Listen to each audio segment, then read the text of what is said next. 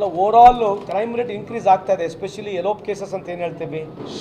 ಹೆಚ್ಚು ಕಮ್ಮಿ ಈ ಪೋಕ್ಸೋ ಕೇಸಸ್ ಇತ್ತೀಚಿನ ದಿನಗಳಲ್ಲಿ ಈ ಯಂಗರ್ ಜನ್ರೇಷನ್ಗಳು ಮೊನ್ನೆ ಮರ್ಡರ್ ಆಗಿರ್ತಕ್ಕಂಥದ್ದು ಇದು ಒಂದು ವಾತಾವರಣದ ವಿಷಯ.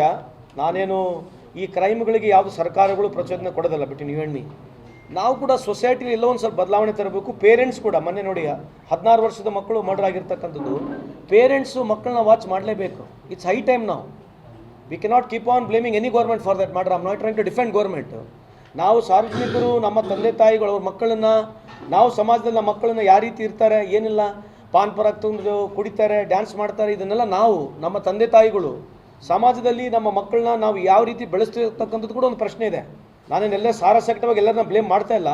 ಇದು ಎಲ್ಲೋ ನಾನು ಕಳೆದ ಈ 15 ವರ್ಷದಲ್ಲಿ ಬದಲಾವಣೆನ ಕಾಣ್ತಕ್ಕಂಥದ್ದು ನನ್ನ ಅಭಿಪ್ರಾಯವನ್ನು ಮಂಡಿಸಿದ್ದೀನಿ. ಅದಕ್ಕೆ ಬಿಟ್ಟರೆ ನಾನು ಯಾರಿಗೂ ಅಲಿಗೇಷನ್ ಮಾಡ್ತಾ ಇಲ್ಲ.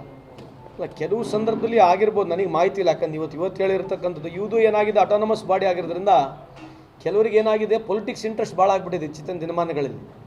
ಎಲ್ಲರೂ ನಾವೆಲ್ಲ ಭಾಷಣಗಾರರೇ, ದೇಶ ಹಿಂಗಿರಬೇಕು, ದೇಶ ಹಂಗಿರಬೇಕು, ಭಗತ್ ಸಿಂಗ್ ಹಂಗಿರಬೇಕು, ಭಗತ್ ಸಿಂಗ್ ಥರ ಇರಬೇಕು. ಆದರೆ ಇವ್ರ ಮನೆಗೆ ಯಾರು ಇರ್ಬಾರ್ದು, ಪಕ್ಕದ ಮನೆಗೆ ಇರಬೇಕು. ಪ್ರತಿಯೊಬ್ಬರು ಎಲ್ಲಿಗೆ ಬಂದುಬಿಟ್ಟಿದ್ದೀವಿ ಅಂದರೆ ಎಲ್ಲ ಪ್ರಾಮಾಣಿಕತೆ ಪಕ್ಕದ ಮನೆಗೆ ಇರಬೇಕು, ನಮ್ಮ ಮನೆ ನಾವು ಹೆಂಗನೇ ಇರ್ಬೋದು. ಪ್ರತಿಯೊಬ್ಬರಿಗೆ ಈ ಡೆಮಾಕ್ರಸಿ ಎಲ್ಲಿಗಾಗಿದೆ ಅಂದರೆ ಯಾವುದೋ ಮಾನ್ಯುಮೆಂಟಲ್ ಫೂಲ್ಸ್ ಥರ ಕೆಲವು ಸಂದರ್ಭದಲ್ಲಿ ಬಿಹೇವ್ ಮಾಡ್ತೀವಿ ನಾವು, including me. I could be a parallel party to it. ಎಲ್ಲೋ ಒಂದು ಬದಲಾವಣೆ ಆಗಬೇಕು ಈ ದೇಶದಲ್ಲಿ. ಅದೇ ಹೇಳ್ತಾ ಇದ್ದೀವಲ್ಲ, ಹೊಸ ಕಾನೂನುಗಳು ಜಾರಿ ಆಗಬೇಕು. ನನಗೆ ಎಲ್ಲಿ ಮಟ್ಟಿಗೆ ಹೇಳ್ತಾ ಇದ್ದೇನೆ, ನಾನು ಅದೇ ಭುವನೇಶ್ವರ್ಗೆ ಹೇಳ್ತಾ ಇದ್ರಿ, ಈ ದೇಶದಲ್ಲಿ ಎಲ್ಲ ರಾಜಕಾರಣಿ ಮಕ್ಕಳುಗಳು ಹೊರ ದೇಶದಲ್ಲಿ ಓದಬಾರ್ದು. ಎಲ್ಲ ಆಫೀಸರ್ಸ್ಗಳು, ಆಲ್ ಓವರ್ ಇಂಡಿಯಾ ಇರ್ತಕ್ಕಂಥ ಆಫೀಸರ್ಸ್ಗಳು ಹೊರ ದೇಶದಲ್ಲಿ ಅವ್ರ ಮಕ್ಕಳು ಓದಬಾರ್ದು. ನಾವೇ ನಮ್ಮ ಮಕ್ಕಳುಗಳನ್ನ ಗೌರ್ಮೆಂಟ್ ಶಾಲೆಗೆ ಕಳಿಸ್ಬೇಕು, ಗೌರ್ಮೆಂಟ್ ಆಸ್ಪತ್ರೆಗಳಿಗೆ ಹೋಗಬೇಕು. ಇಂಥ ಒಂದು ಕಾನೂನು ಆಗಬೇಕು.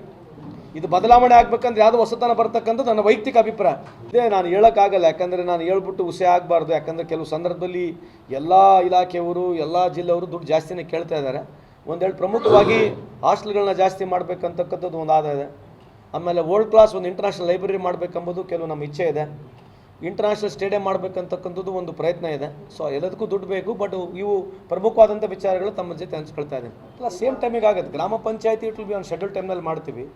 ಆಮೇಲೆ ತಾಲೂಕ್ ಪಂಚಾಯತಿ, ಜಿಲ್ಲಾ ಪಂಚಾಯತಿ ಸನ್ಮಾನ್ಯ ಮುಖ್ಯಮಂತ್ರಿಯವರು ಹೇಳಿರ್ತಕ್ಕಂಗೆ ಮೋಸ್ಟ್ಲಿ ಮೇ ಒಳಗಡೆ ಆಗ್ತಕ್ಕಂಥ ಸಾಧ್ಯತೆ ಇದೆ. ಯಾಕಂದರೆ ಆ ಡಿಲಿಮಿಟೇಷನ್ಸ್ ಕೆಲವು ಸಮಸ್ಯೆ ಇದೆ.